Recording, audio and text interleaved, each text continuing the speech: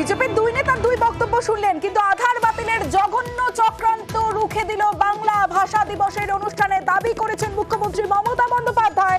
ভোটের অঙ্কে বিজেপির চক্রান্ত, দাবি মুখ্যমন্ত্রী মমতা বন্দ্যোপাধ্যায়ের।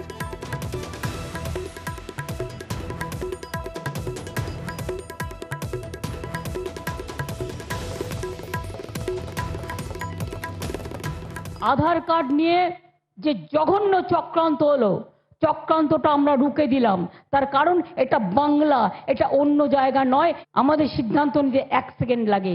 এনআরসি করার প্ল্যান, ডিটেনশন ক্যাম্প করার প্ল্যান, সমস্ত মতুয়াদের কাছ থেকে আধার কার্ড ডিঅ্যাক্টিভেটেড করে দেওয়া হচ্ছে। কোন অধিকারী? তার মানে সে ফরেনার হয়ে গেল। এবার কেন কাটলাম? অত সে ফরেনার। এটা রাজনীতির খেলা, ভোটের খেলা। আমি ভোটের অঙ্কে বিশ্বাস করি না, মানবিকতার অঙ্কে বিশ্বাস করি, অধিকারের অঙ্কে বিশ্বাস করি।